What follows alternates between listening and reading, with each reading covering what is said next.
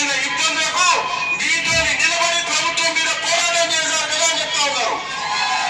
मेरे बनकर भाइयों की समस्याएं हैं, बहुत सारे वादे किए गए थे आपसे रखे नहीं गए, आपकी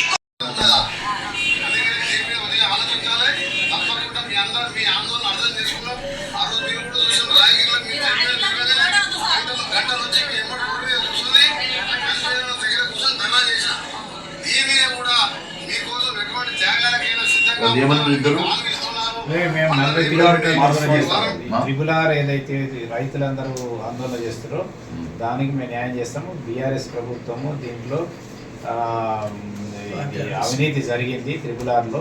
మేము దీనివల్ల చాలామంది బాధపడుతున్నారు. ఆ బాధితులకు అందరూ సరైన న్యాయం చేస్తామని ఆమె చెప్పింది.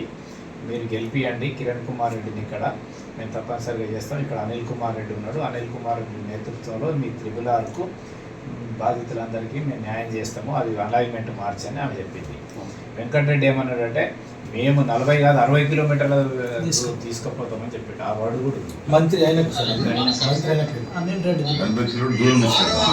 అంటే తెలుస్తామని అంటే ఇప్పుడు మంత్రి అయినకు మాట్లాడుతున్నాను.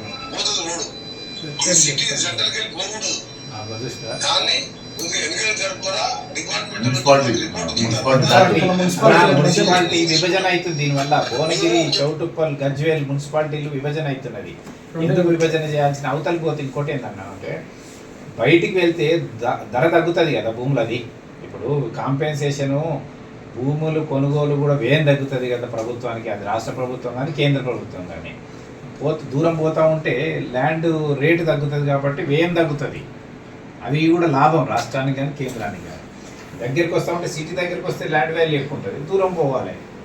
దీనివల్ల ఏమవుతుందంటే ఈజీ అవుతుంది. మున్సిపాలిటీ పరిధిలో ఇందులో ఉన్న ఫార్మర్స్ అన్న ఇప్పుడు హైవేలలో దారి పోయింది, తర్వాత ఎలక్ట్రికల్ పోల్స్ హైటెన్షన్ వైర్లలో పోయింది, నాకు కాలువలలో పోయింది. ఏది మన కాళేశ్వరం కాలువలలో పోయింది. పోయినోళ్ళే పోతున్నాయి, పోయినోళ్ళే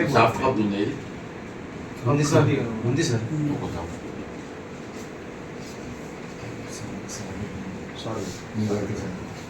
వెంకటరెడ్డిని ఇబ్బంది పెట్టే ఇది ఉందన్న. మంత్రి అయినాక మాకు 50 కిలోమీటర్ల పంపించిన హైలైట్ సూటబుల్ కంపెన్సేషన్ ఇచ్చి కాస్ట్లీ 5 కోట్ల ఎకరం ఉంది కానీ మేము 15 లక్షలు తీసుకోవాలి.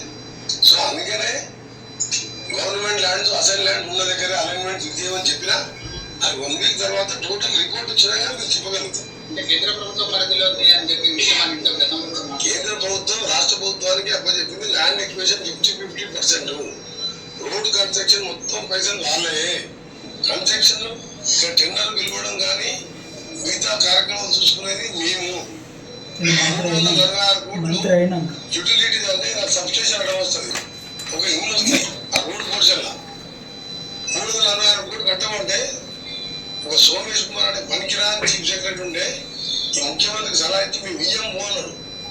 అప్పుడప్పుడు నా వాట్సాప్ లో ఉంది, మన ఢిల్లీకి వెళ్ళి తీసుకొచ్చిన. మీరు ఆ 340 ఇలా కావాల్సింది ఒకటే దక్షిణ భాగం అలైన్మెంట్ ఎంత తీసుకుంటారు దానికి 20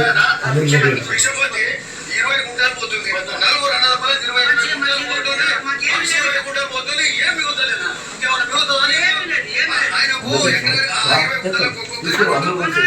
2 కోట్ల ఆశ రైతుండే ఈ 40 కోట్ల ఆశ పోతుంది.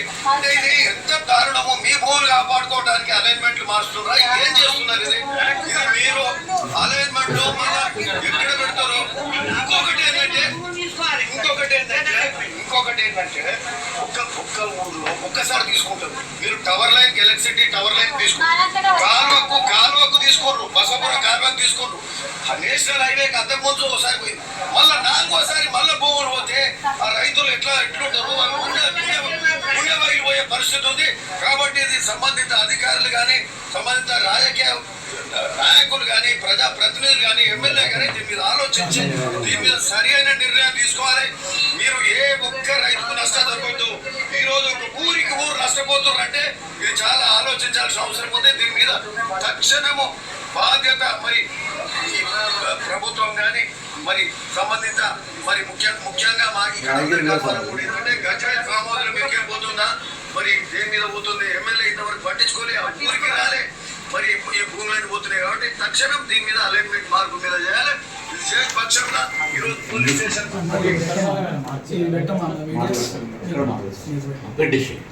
అది ప్రియాంక గాంధీది, మన వెంకటరెడ్డిది, అనిల్ రెడ్డిది 3 నాకు పెడితే అన్నం పెట్టేస్తాను. సార్ పెట్టి మనోరెడ్డి సార్